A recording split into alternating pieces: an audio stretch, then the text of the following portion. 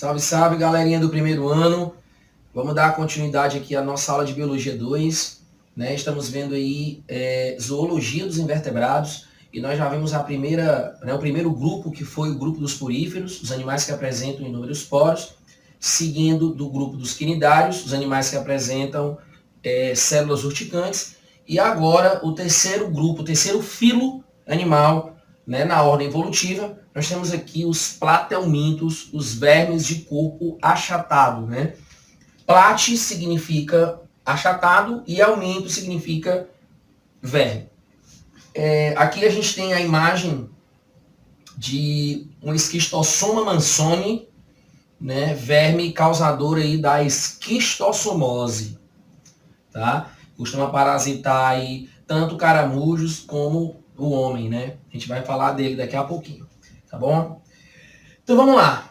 Características gerais dos platelmintos. São vermes de corpo achatado dorsoventralmente. Né? Eles são como se fosse uma fita totalmente achatada. Né? Existem cerca de 20 mil espécies catalogadas, e dessas 20 mil espécies aí, a gente tem algumas de vida livre, ou seja, que não são parasitas. Nós temos aqui as planárias, tá? Que costumam viver tanto em água doce como em água salgada, como também em terra firme, no caso em ambientes úmidos. Tá? A gente tem alguns casos aqui ectoparasitas, alguns trematórios. A gente tem aqui um verme que parasita brânquias de peixes, né, de alguns peixes. Então ele está lá, o peixe está abrindo lá suas brânquias, né, e tal. E esse vermezinho, ele costuma entrar e sair. Né? Então, ectoparasita.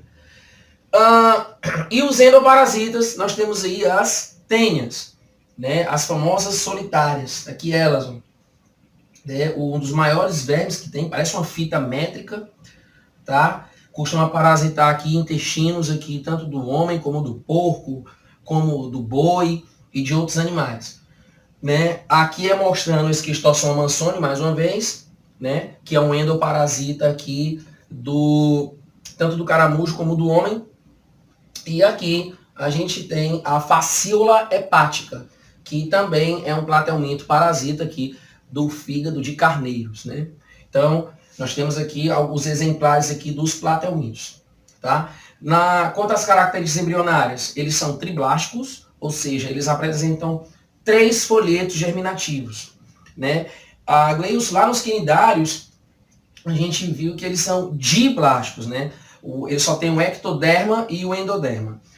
O ectoderma produz, no caso, a epiderme, forma a epiderme, e o endoderma forma a gastroderme. Tá? Aqui, a partir de platelmintos, né, depois daqui todos os outros animais vão ser triblásticos, né, eles apresentam 3 folhetos germinativos. O ectoderma, o endoderma e agora surge o mesoderma. Tá certo? Na característica de triblástico, na classificação de triblástico, surge uma outra classificação, que seria a presença ou ausência de celoma. No caso dos platelmintos, eles são acelomados, ou seja, eles não apresentam aquela cavidade oca, né, celomática do corpo. Eu vou já mostrar aqui para vocês. E quanto à simetria corporal, eles são bilatérios, ou seja, simetria bilateral. Né? O corpo de um animal desses aqui, de um verme desse, em um plano imaginário, ele é dividido em 2 lados iguais. O lado direito, né, externamente falando, é igual ao lado esquerdo. Tá bom? Bom, classe turbelária. A primeira classe aqui de platelmintos reúne as planárias. Né? A planária é um vermezinho de vida livre, de boa, tranquila, não costuma parasitar nada, aliás, não é parasita, né? Vida livre. Né? Ela tem aqui na região anterior do corpo ocelos, né, que lembram olhos vesgos, tá certo? Que tem a característica de captar luminosidade. Então ela costuma se movimentar buscando a fonte de luz graças aos ocelos, né? São estruturas que conseguem captar luminosidade, seguem a fonte de luz. Na região aqui ventral do corpo, a gente tem a boca. Detalhe que esses animais, eles têm apenas a boca, eles não apresentam ânus. Então, sistema digestório incompleto, tá certo? Eles comem pela boca e defecam pela boca, como os quinidários, né? Na boca desses animais, uma característica desse grupo é a presença de uma faringe, né, protraída, certo? Que vai produzir aqui uma substância onde vai meio que dissolver a fonte de alimento e depois sugar esse alimento dissolvido, né? Depois a gente tem aqui o poro genital, local onde serão produzidos aqui os gametas, né, que vai, no caso, para realizar a reprodução sexuada desses animais, tá certo? Voltando aqui para a questão de triblásticos e acelomados. Se eu cortar uma planária dessa aqui ao meio, eu vou ver mais ou menos uma região assim, ó, tá aqui, ó, né? Cortando a planária ao meio, tirando essa região e ampliando aqui, eu vou encontrar os 3 folhetos, né? O ectoderma vai originar a epiderme, que é a parte mais externa do corpo, né? O endoderma vai originar a cavidade digestiva, que é a parte mais interna, e entre o endoderma e o ectoderma, nós vamos ter toda essa região preenchida aqui, ó, né? Nós teremos aqui, então, o mesoderma. Então, não tem espaço para líquido celomático, não. Portanto, esses animais, eles são acelomados. Tá certo? E aqui são alguns outros órgãos importantes, né, que a gente vai falar daqui a pouco, né? Animais que apresentam aqui tanto testículos como ovários, né, o que os torna animais hermafroditas, né, vermes hermafroditas. Tá bom? Aqui é mostrando uma animação para vocês, né, sobre o que foi falado nas planárias até agora. Ó, desculpa, gente, só um minuto.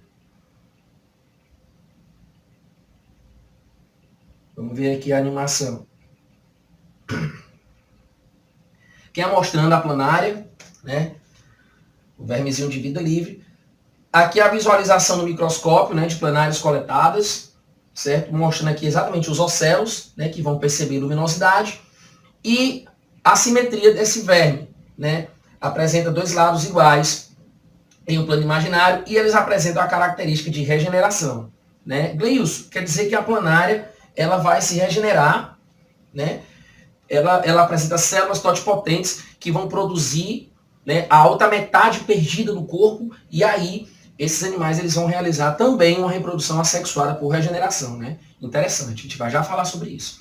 Vamos aqui para a fisiologia, né, desses vermes. Sistema digestório incompleto, ou seja, eles só apresentam a boca, né, porém apresentam digestão extracorporal, extracelular e intracelular. Né? Como assim? A planária chega na fonte de alimento, abre a boca, põe a faringezinha para fora e libera uma substância, enzimas digestivas, que vão digerir a fonte de alimento fora do corpo. Primeira digestão, extracorporal. Em seguida, a planária vai sugar com a faringe esse alimento que foi parcialmente digerido e vai realizar a digestão extracelular. E na cavidade gastrovascular, internamente, assim também como nos quinidários, né, as células dessa cavidade digestiva vão absorver os nutrientes, o que vai realizar a digestão intracelular. O que não for aproveitado pelo corpo do verme, ele abre a boca, põe a faringe para fora e defeca pela faringe.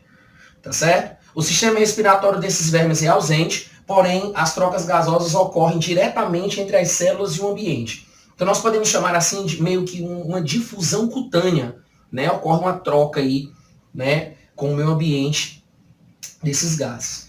E o sistema circulatório também é ausente, né, sendo que o alimento distribuído pelo intestino ramificado a todas as células do corpo.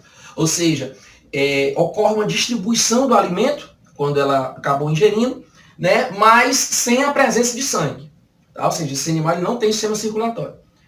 Quanto ao sistema excretor, presente, existindo uma rede de protonefrídeos, estruturas precárias aqui de rim, né? Ainda não tem um rim propriamente dito aqui, né? E esses protonefrídeos funcionam com células especializadas chamadas de células flama ou solenócitos, né? Que vão realizar a excreção desses animais, tá?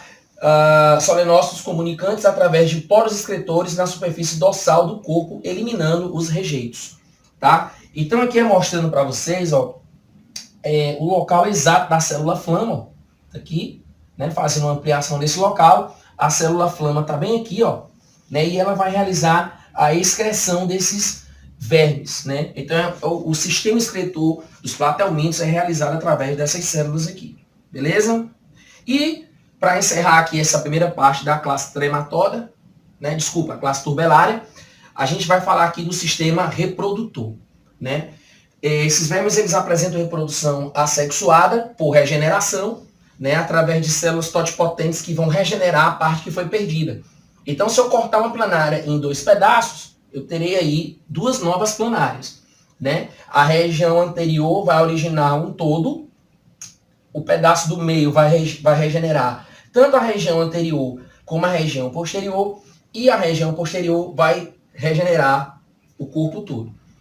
Quanto à reprodução sexuada, as planárias, elas realizam aqui, né, uma postura de acasalamento onde elas vão esfregar os poros genitais. Tanto a planária masculina como a planária feminina. Né? Leilson, quando um organismo é hermafrodita, né, por que eu digo que ele é macho? Já que o ser hermafrodita é aquele que apresenta os 2 sexos, né? Bom, o organismo macho, hermafrodita, é aquele que apresenta o sistema genital masculino desenvolvido e o feminino atrofiado. O organismo hermafrodita fêmea é aquele que apresenta o sistema genital masculino atrofiado e o sistema genital feminino desenvolvido. Tá? Então, eles vão formar cápsulas e nessas cápsulas irão nascer planárias jovens que vão chegar na fase adulta. Tá bom? Valeu, galera! Galera, continuando aqui, né, a segunda parte da aula de plateumintos, vamos falar agora da classe trematoda. Né? A gente falou da classe turbelária e agora a classe trematoda. Essa classe aqui, ela apresenta tanto ectoparasitas como endoparasitas. Né? E um dos ectoparasitas aqui, nós temos o Gyrodactylus sp, que é um plateuminto que costuma parasitar brânquias de alguns peixes de água doce, né? Como, por exemplo, carpas e trutas. Então, ele costuma estar lá nas brânquias desses peixes lá, né? Parasitando. E existem também as espécies endoparasitas, que no caso a Fasciola hepática, que é esse verme aqui, certo? Que costuma parasitar o fígado de carneiros, né? Veias do fígado de carneiros, e o Esquistossoma mansoni, que a gente vai ver daqui a pouco, responsável pela esquistossomose, que no caso vive em veias do fígado humano, tá certo? Essa fotografia aqui mostra exatamente o Gyrodactylus sp, que é aquele ectoparasita que eu falei agora, que parasita brânquias, né, de peixes, tá? Bom, o Esquistossoma mansoni, certo?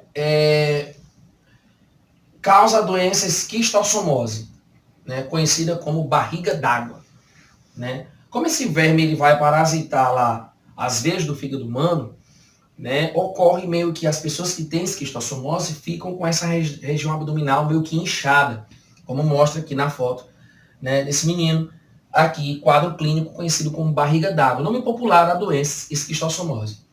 Mostra também aqui, ó,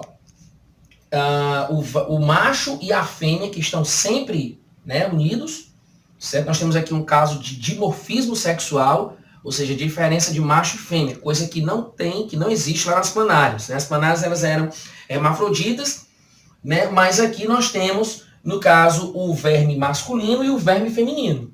O macho e a fêmea eles são diferentes. Né? O macho mais largo, né? Mais grosso, e a fêmea mais delgada, bem mais fina. Tá? Note que a fêmea ela sai aqui dessa região aqui, ó, né, do corpo do macho, é como se ela estivesse dentro do corpo do macho, né, saindo de dentro do corpo do macho. Aqui mostra a fotografia microscópica dos dois, né, no caso do macho e da fêmea, tá certo? E vamos entender como é que a pessoa pega esquistossomose, né, o ciclo de vida aqui dessa doença, tá? O homem que tem esquistossomose, ele apresenta os vermes adultos, né, nas veias do fígado, e aí eles realizam a sua reprodução, né, e produzem ovos. Esses ovos eles são eliminados junto com as fezes, né? Esses locais assim carentes que não tem saneamento básico, né? ocorre essa carência de saneamento básico, então o homem do campo, por exemplo, ele acaba que defecando, realizando suas necessidades, né, próximo à lagoa, em locais úmidos que vão dar acesso à lagoa, etc. E os ovos acabam eclodindo na água. Quando esse ovo eclode, ele vai dar origem à primeira forma larval do ciclo. Né? Ele vai dar origem a uma larva chamada miracídio, uma larva ciliada, que, por sua vez, tem 24 horas para encontrar o hospedeiro intermediário do ciclo. Né? Esse tempo ele pode até, né, dependendo aqui do tipo, ser maior. Né? Pode passar de 24 horas, mas não um tempo muito comprido, né? Porque senão a larva acaba morrendo. Então, assim, essa larva ela tem que encontrar esse hospedeiro intermediário, que no caso aqui é um caramujo planorbíneo, certo? Conhecido aqui também como Bionfalaria glabata, né? O nome científico desse caramujo. E aí essa larva miracídio entra dentro desse caramujo e acaba se transformando, evoluindo e saindo de dentro dele sob uma nova forma. Né? A segunda larva, no caso, podemos dizer que é a cercária, uma larva natante. As cercárias elas vão nadando e elas vão entrar em contato com a pele, né, do homem, no caso, que está lá tomando banho, pescando, nadando, etc. E aí as pessoas começam a se coçar e essas larvas elas entram pelos poros da pele. Né? Ao entrar na pele, né, vão sendo levadas lá pela corrente sanguínea e vão se instalar nas veias do fígado, onde vão chegar na fase adulta e entrar novamente no período reprodutivo, fechando assim o ciclo de vida da esquistossomose. Tá bom? Classe Cestoda. Nós temos aqui um dos maiores vermes platelmintos, no caso a solitária. Né? Parece uma fita métrica, tá certo? Existem diversos tipos de solitárias, né? Elas são chamadas de tênias, mas nós vamos falar aqui em especial de duas. Vamos falar da Taenia solium, que é a solitária encontrada na carne de porco, e a Taenia saginata, que é a solitária encontrada na carne de boi. Ah, Deus, então tanto na carne de porco como na carne de boi a gente pode encontrar esse verme aqui, não é isso? Exatamente. Né? Aqui é mostrando, ó, a região anterior dele, certo? Desse verme que é chamado de escólex, né? Como se fosse a cabeça desse verme.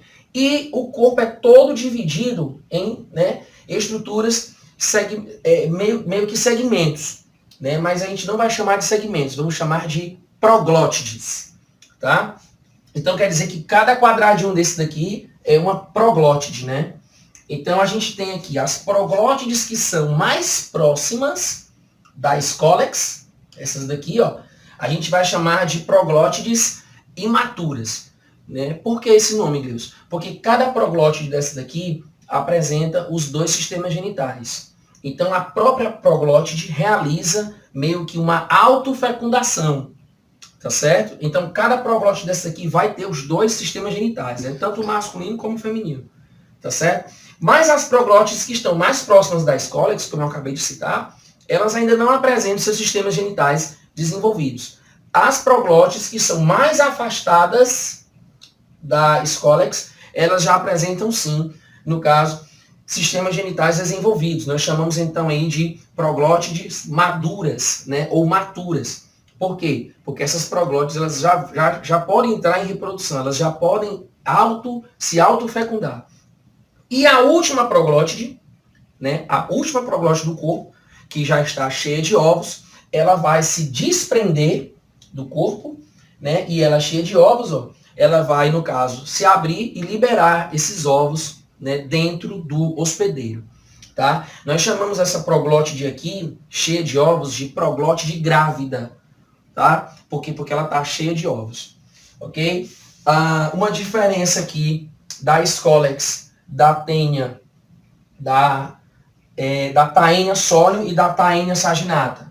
Né? Na Taenia solium, ela apresenta ganchos e note que as ventosas elas rodeiam a escólex. Né? Então, um verme desse daqui, dentro do corpo, dentro de um hospedeiro, ele vai se prender nas paredes do intestino com os ganchos, e essas ventosas vão sugar os nutrientes, né, que eram para ser do corpo desse hospedeiro. Né? O hospedeiro ele acaba que não aproveita os nutrientes dos alimentos. Quem vai estar aproveitando é a solitária. Então a solitária, ela meio que briga por nutrientes, né? Com quem? Com o seu hospedeiro. Tá certo? E no caso aqui da Painea saginata, observa-se que as ventosas, eu tenho pares de ventosas em um lado e um par de ventosas do outro lado da Scolex. Tá bom? Bom, ciclo de vida da Taenia solium, né? A solitária da carne de porco. O porco, no caso o homem, né? Que o homem tem ovos lá, tem um verme adulto no seu intestino, né? E esse verme ele acaba produzindo ovos, né, na sua autofecundação, e o homem acaba defecando, liberando fezes humanas, né, com esses segmentos aí cheios de ovos. Tá certo? O porco acaba ingerindo, né, esses segmentos com ovos, né? Gosta de estar lá em local sujo e tal, acaba ingerindo vários tipos de comida, né? E acaba ingerindo fezes aqui humanas que contém, no caso, os ovos aqui desse verme, né? Os ovos, eles podem se desenvolver na carne do animal, como não, né? Se o ovo desenvolver na carne do animal, ele pode originar larvas microscópicas, né, na carne do porco, na carne de porco, certo? Se o homem comer carne de porco mal passada, mal cozida, contaminada com larvas, né, o homem pode desenvolver uma teníase. Você vai ter aí, no caso, né, uma solitária. E eu me diz uma coisa, por que o nome desse verme é solitária, né? Esse verme é chamado solitária porque ele lança uma substância dentro do intestino do seu hospedeiro que impede que qualquer outro verme se instale. Então, se você tem solitária, você só vai ter um verme, tá? Fica feliz. E em relação ao porco se alimentar, no caso o homem, comer carne de porco, contendo não larvas, mas sim ovos, né? Aí, o que é que vai acontecer? Esse ovo, ele pode ser levado até o cérebro, vai se alojar lá no cérebro e vai originar, né? Pode desenvolver cisticircose cerebral, tá certo? Eu vou mostrar agora para vocês aqui a diferença de teníase e de cisticircose, beleza? Bom, a cisticircose cerebral é quando ocorre aqui o alojamento do ovo de tênia no cérebro do homem. E a teníase é quando você tem aqui uma solitária se desenvolvendo no seu intestino, tá? Teníase, principais sintomas, né? O que é a teníase? É a ingestão de carne mal cozida contendo cisticercos que irão originar tênias na mucosa intestinal. Então, o cisticerco que foi ingerido, ele acaba originando, né, solitárias que vão se desenvolver lá no seu intestino, né? E quais são os sintomas? Né? Pode ocorrer diarreias, prisão de ventre, insônia, irritabilidade, certo? Uma observação. A pessoa atacada pela verminose é geralmente magra, né? Pois o parasita compete com ela pelo alimento ingerido. Foi o que eu acabei de falar agora há pouco, né? Que a solitária ela vai lançar essa substância e somente ela, né, vive lá no intestino. Em compensação, ela vai sugando tudo que é nutriente lá, né, que era para ser da pessoa, passa a ser para a solitária. E na cisticircose cerebral, os principais sintomas, né? Ingestão de carne mal cozida contendo ovos de tênia que irão migrar para o cérebro, né? Quais são os sintomas? Convulsões semelhantes às de epilepsia e até mesmo cegueira, né? Galera, valeu! Fechamos aqui a aula de Platelmintos, tá certo? Até nosso próximo encontro. Um abraço!